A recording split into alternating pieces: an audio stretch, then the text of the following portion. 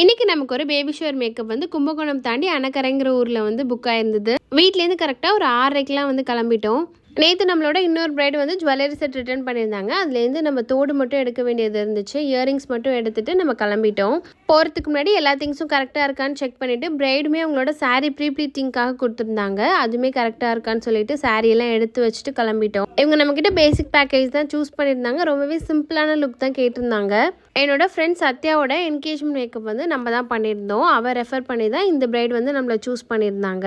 நம்மக்கிட்ட bridal makeup வந்து ஒரு அஃபோர்டபுள் ரேஞ்சில் 5000லேருந்தே ஸ்டார்ட் ஆகுது. Makeup, hairdo, sari pre pleating, jewellery, lens, lashes இது எல்லாமே வந்து அதில் கவர் ஆகிடும். உங்கள் ஈவெண்ட்டுக்கு மேக்கப் ஆர்டிஸ்ட் பார்த்துட்டு இருக்கீங்க அப்படின்னா என்னோட பேஜை செக் பண்ணிவிட்டு உங்களுக்கு பிடிச்சிருந்துச்சு அப்படின்னா அந்த நம்பருக்கு காண்டாக்ட் பண்ணுங்கள். நான் டீட்டெயில்ஸ் வந்து சென்ட் பண்ணுறேன். பிரைட் வரதுக்கு முன்னாடியே உங்கள் பிளேஸ் வந்து ரீச் ஆகிட்டோம். ஆப்போசிட்டில் ஒரு ஆற்றுல நிறைய தண்ணி போச்சு. அங்கெல்லாம் மீன் பிடிச்சிட்டு இருந்தாங்க. அதெல்லாம் பார்த்துட்டு அப்படியே வந்து பிரைட் வந்தோன்னும் மேக்கப் வந்து ஸ்டார்ட் பண்ணியாச்சு. மேக்கப் ரொம்ப அழகாக வந்திருந்தது. பிரைடுக்கு பிடிச்ச மாதிரி. பிரைடுமே ரொம்ப ஹாப்பி.